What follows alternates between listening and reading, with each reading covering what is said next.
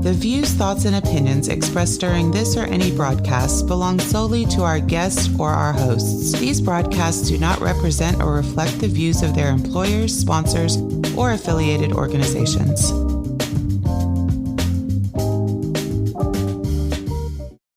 Welcome to the Flipboard EDU podcast with your host, William Jeffrey, where we collaborate, communicate, and educate with the greatest educators in the world on Flipboard. Let's start the show.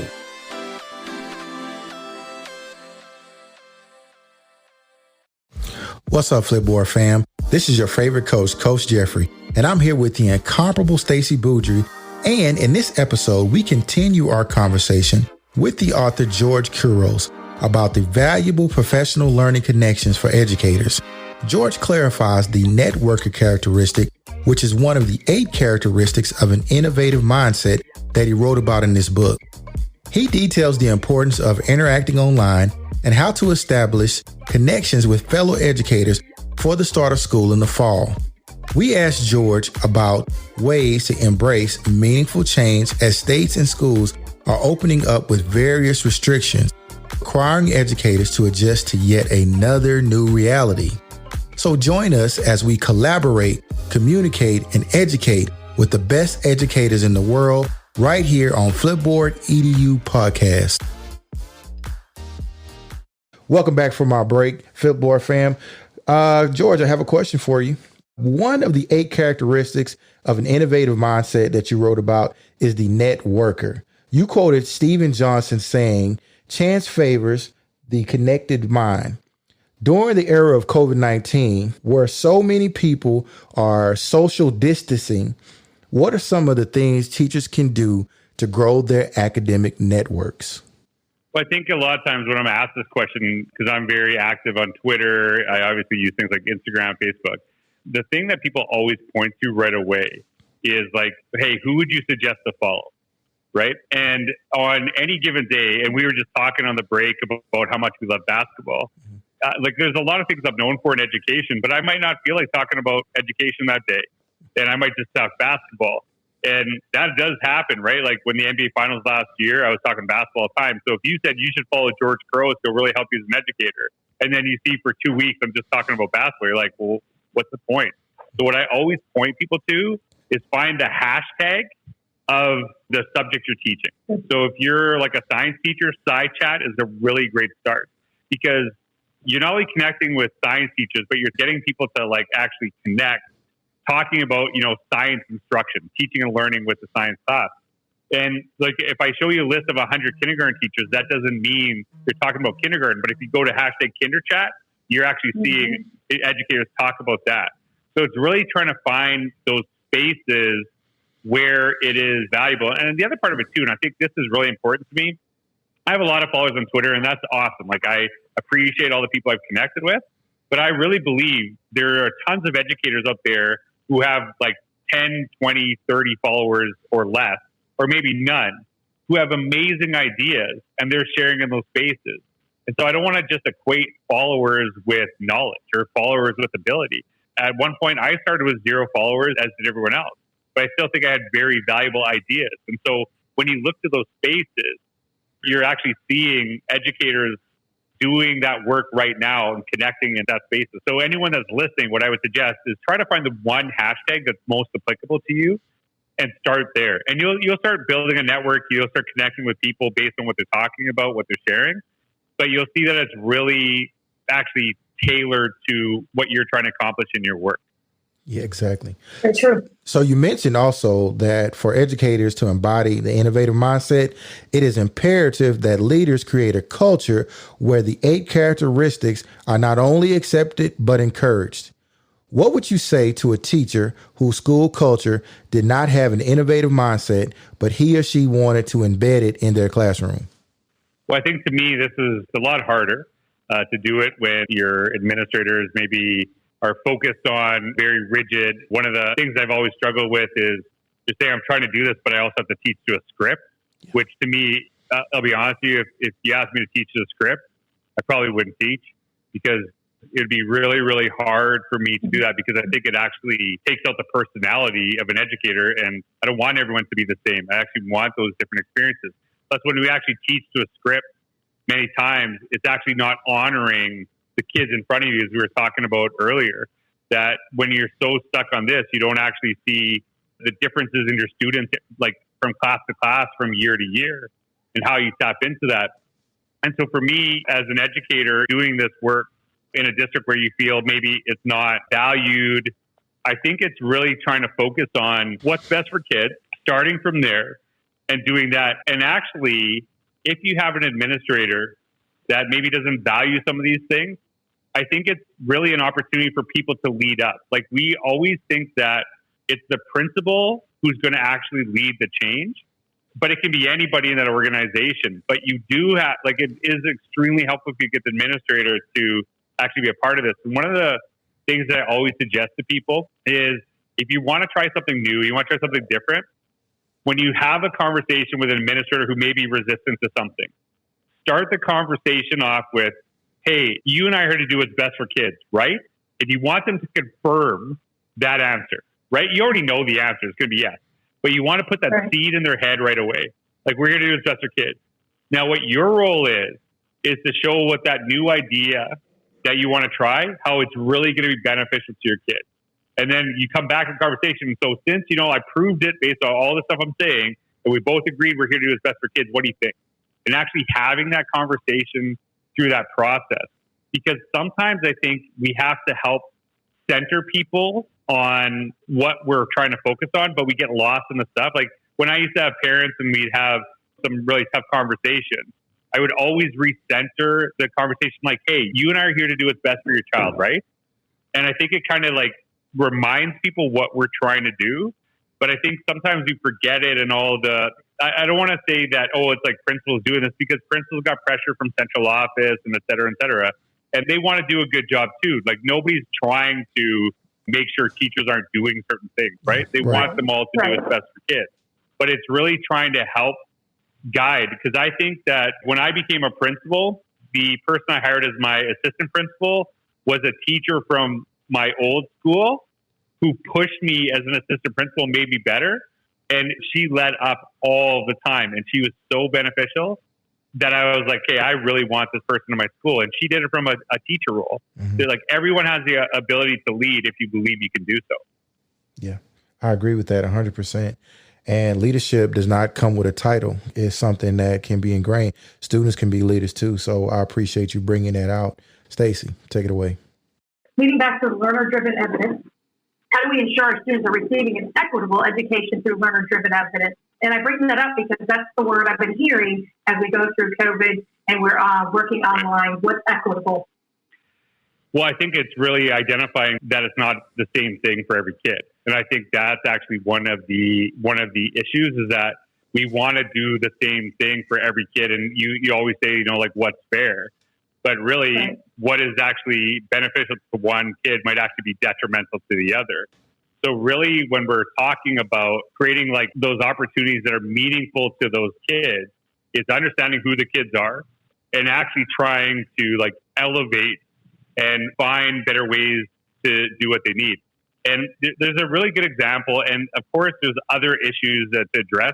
But one of the things that I find really fascinating is, are you actually trying to create equity of opportunity at the highest level? And I'll give you an example of this. When it first came out that all this stuff was happening, what you saw with some school districts was they were saying, look, this is not really fair because we have kids who have access to Wi-Fi, laptops, and we have some kids who don't. So we shouldn't do anything. So what they said, let's create equity at the worst level possible. We don't want any kids to feel bad. So one of the school districts I refer to all the time is West Dallas in Milwaukee, high poverty area just outside of Milwaukee. And Deidre Raymer, she's a very good friend of mine, and she's one of the best leaders I've ever met. Just incredible. So within probably a week, she had told me that they have 8,000 kids in their school district, and they had actually got a hold of all but 18 kids within 3 days, like by phone, which is insane to me, right? Like the number of calls. That's impressive. And they actually, they got a hold of all of them. It was like when I talked to her within the first 3 days, she had only not got hold of 18. So what they had asked is said, okay, who actually has access to stuff? Who needs it? Who needs, do you need Wi-Fi? So what they said is, look, we have kids who have access to this stuff. We have kids who don't have access. We got to figure out a way to get this in their hands. And they're creating equity at the highest levels. And they're ensuring that we're elevating people through that process. And like I said earlier, just getting Wi-Fi in the hands of a kid isn't going to ensure incredible learning, right? There's all these other factors. But it is a starting point. And I think those conversations are really important. Is like, how do you actually go from a framework where you're actually elevating and trying to find success? But it's like I said earlier, understanding that every kid is different and they have different needs, but providing the same thing actually isn't necessarily beneficial. So if you say to me, hey, we want every kid to do like an oral presentation on this, what if English is not my first language, right? So right away you put me in this situation. So the focus is like, we want every kid to be able to understand this, but let's actually talk with the kids and say, what is the best way for you to actually share this learning? And, as we were talking about this earlier with William, really understanding the culture there, the values, and all those things, and how do we actually bring that to the forefront? And what I think is really something I struggle with all the time is when we talk about success in school, it's like we're all trying to get kids to come out the same way. And like, really, is that what we want? Do we want kids that have different strengths, talents, but all come out with the same thing? Yeah. What I always say is our job is to help kids find success in a meaningful way, a pathway to success in a meaningful way to them. That is important to me. Both of you probably see yourself as successful in different ways, but your measure of success could be totally different on what you see as successful. But then we actually make a kid feel less because they can't do these academic things, but they have these skills in other ways. And we have to value that and actually bring it to the forefront. Like when I used to hire people on my staff, I know this is going to sound weird. I would actually look for people who don't think like me because I don't need another me. I already got me, right? Exactly. I need other people. And part of it was I wanted so many different perspectives, but it also created more spaces for people to feel comfortable talking to different people on my team, right? If everyone's just like, if they know they're going to get the George answer from any one of my 5 teams, then what's the point, right? I need people to feel comfortable going to different spaces. George, now, George, hold up now. How can you be a principal and you don't want the George answer? I mean, seriously, come on. We need to, there's got to be some yes people on your staff. No, like I actually have that growth mindset. So this is a true story. So I actually had no interest in becoming an administrator, none at all. I wanted to do tech leadership stuff, but it was in summer and an assistant principal job opened up. And my principal at the time said, you should apply. I'm like, I don't really want to do that. And she's like, yeah, apply. I applied for this job. And I think I'm not even kidding. I think I got the interview because nobody knew it was posted because it was like middle of summer. So like no one so there's like probably very few candidates, right? Mm-hmm. So then I got an interview and I was just blown away. I couldn't even believe I got an interview. So I actually went to the interview and it was a gentleman named Archie Lilico. And we actually had an interview. And I know this is going to sound weird. About 10 minutes in, we were yelling at each other. Like we were actually screaming and we were arguing about stuff. And I actually like walked out of that room and I was sweating. Like I was like, what just happened? That was the weirdest experience I've ever had. Like I actually fought with a person and I don't think I'm a disagreeable person. And so like I called my principal and I said, I had the worst interview. It was terrible. Like, what? And she's like, just, Archie is a little bit different. Just, trust the process. So then he calls me and he said, hey, like it was a really interesting interview. I just want to let you know we're going to offer you the job. And I'm like, what are you talking about? That's insane. And he said, you're the only person who challenged me on anything I said. You're the only person. And I actually want that. So as a team, when we make a decision, we got to all be on the same page. We got to be there. But I do not want you to ever let me walk out of that room thinking I did something stupid and then letting everyone else tell me. Oh, that's horrible. You're right. That was actually the start of my admin career was basically, and so him and I, people laugh because we would go in his office and you'd hear screaming and yelling. And then we would walk out, we're laughing and smiling. And they're like, we're just talking. But that was his expectation for me was to say, no, I don't agree with you. And here's why. Because ultimately, if they have to make decisions, do not let the decision be stupid and hold that inside of you. Right. I don't need you to agree with me. I need you to make sure we're doing the right thing. Right. And so I've always I know it sounds weird. I made sure to surround myself with people who, we had the same vision. Like, we all wanted to help kids. We want to do this, but we thought different. Yeah. That's really important to me. Yes. The relationship factor in that with your supervisor, it seems that your supervisor had a very focused view on decision making and relationship building as well, because it seems as if he understands that a diverse mindset is important to the structure of a team.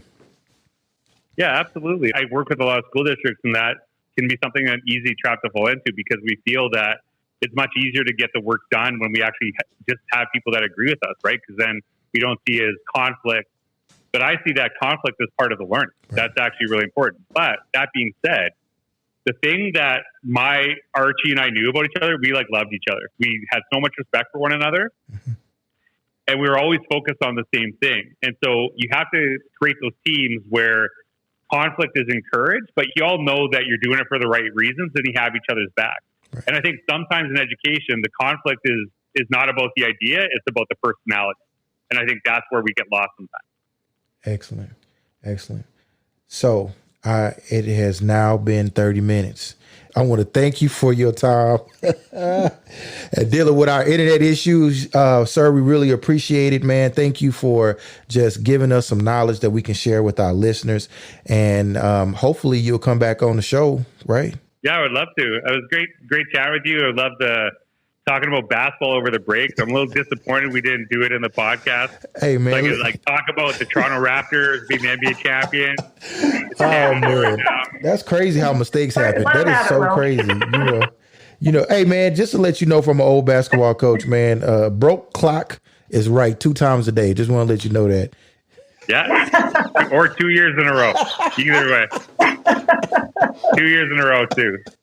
Oh, man. I love this because I get to talk about education all the time, but I think, that the personal stuff really matters to me. So I appreciate you. We have to chat about that stuff. Yeah. Hey, man, that's cool. And, relationships are big to us all. If it wasn't the relationship, I worked with Stacy probably 8 years ago, and Milstead, I worked with him 2 years ago. So, hey, man, we're relationship people over here. And now you in the family. So, we would definitely love to have you on. And I just want to thank you again for your time, sir. And you have a great. Before you get off, what else are you doing? This is going to air 2 weeks from now. So what else are you doing? What am I doing? Well, right now I'm actually working with a lot of school districts, kind of helping them through the pandemic stuff. And one of the things that I've really focused on people is to understand this is not virtual learning. This is not blended learning. This is emergency remote teaching. And that's not my term. Yeah. I read an article and it's actually really powerful. And I actually spent 6 days working with California virtual academies when this all happened. Okay. And really what was interesting is this is a virtual school. So the school is basically 100% online. And we had planned to work together, I think, end of February to have some time in April to work together. Mm-hmm. And then all this pandemic stuff happened. And immediately I said, hey, what's going on? And she's like, oh, no, we got to postpone. I'm like, what are you talking about? You're a virtual school. This is your jam, right? This is it. This is it. This is your time, right? Right. And so I couldn't understand it because I'm like, this doesn't make any sense. And what I understood through that process was as I got to know them and got to work with them, that they have say 4 kids in the family, right? One's a gymnast though, and they have to do online learning because of their practice schedule, right? Mm-hmm. But all of a sudden, the 3 kids that go to a public school are all now home. There's 2 devices in the house, and now there's 4 kids who need access to this stuff. Right. So it wasn't that it wasn't that they couldn't do it. It was the context of everyone's family was changed. Now I'm a teacher at that school. All of a sudden, my partner's home because of work stuff, right? So all these things change. And I think that really helped me understand how hard this is for a brick and mortar teacher, because if you're a virtual school and you're having issues with this stuff too, imagine this is not even your environment in the first place and routine. So really what I've been doing, and this is what ties into my work with the innovator's mindset, my focus has always been how do you get people to embrace meaningful change? And so it's kind of brought my work back to the forefront because this is basically what I've been doing for years. Right. And it's, like, hey, change is actually a good thing. And really it's an opportunity to do some really amazing things. And so what you're seeing is, and this is the last thing, I know you asked me a question, it's supposed to be a quick answer, but I just kind of go on. There is a gentleman, I think his name is Daniel Hodge. Mm-hmm. He actually tweeted something really powerful. And I would guess he doesn't have even 1,000 followers, right? And when I say even, like, that's, 1,000 followers is a lot. But I saw his tweet, and you see, like, great stuff. It doesn't matter how many followers you have. It kind of rises to the top. But he actually shared something that was really powerful and resonated with me. He said, I talked to my students about the things that they liked about remote teaching, and they listed 20 things. And now I actually have a new list of things I'm going to do different next year when we're back in school. Wow. And that to me is what we're trying to do, is really like, this sucks. This is really hard work. But how do we actually look at the opportunities that when we go back, we appreciate the people we work with a lot more, but we actually create really meaningful opportunities, and we focus on what's important. Because I think through all of this, it's actually really made us feel like what is actually really important in education. And so that's, long story short, that's what I've been doing, is really connecting and working with these school districts to kind of help them navigate this change so that when they come back, they're way better than when they left. Yes. The book is, your title of your book is Innovate Inside the Box. Innovator's Mindset. That's the latest one. Yes, that's the Innovate Inside the Box is the latest one. And Innovator's Mindset is the kind of cornerstone where that was all based. Yes. And you know what? You're psychic, because what you did was you wrote a book that's needed now. And then the other book is just going to just shape out COVID. So you got a little game to your Toronto Raptorness. That's right. It's a little we're just, we're just a little bit ahead here in Canada all the time, right? Yeah, slightly. Winning NBA. We've invented basketball. So. Well, okay. Look it up. Hey, we didn't perfect it, but okay, now listen. Now we really gonna close it. Hey, man. So, where can our guests find you if they never heard of George Couros? Where can we find you at? Yeah, the best place is actually my digital portfolio is George Couros, COUROS.com. But you can find me on Twitter at G Couros, Instagram at G Couros. If you're listening to this right now, I'd love to hear your questions, love to hear your thoughts. I try my best to kind of keep up with it. But yeah, please share. I'd love to hear from you. Yeah, you do. You're a very active and very personable, approachable person, and we greatly appreciate it. All right, we want to thank you, and we'll definitely have you back on the show. Yeah, I would love that. You have a great night. Thanks for having me. Okay, good night. Wonderful. Thank you. Good night. Do you know what time it is? It's time for Flip Tip. Today's Flip Tips are brought to you by the homegirl Terry Porter. Flipboard and hashtag, are they a match made in heaven? Well, if you're a Flipboard curator, then you'll be searching for content on Flipboard for your magazines. Don't just stop at regular searches. You need to search using hashtags on Flipboard too. This blog post can be found on medium.com and in our Flipboard EDU podcast magazine, written by none other than Terry Porter. Hey, Terry, thanks for sharing.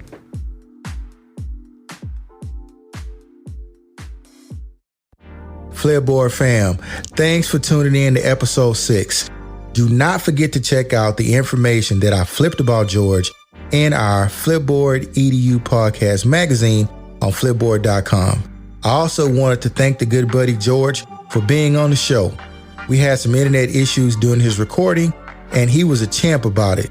It's always good to work with people who walk what they talk. Go get George's books, The Innovator's Mindset and Innovate Inside the Box. Stay tuned right here next week as we will be speaking to the community of contributors on Flipboard.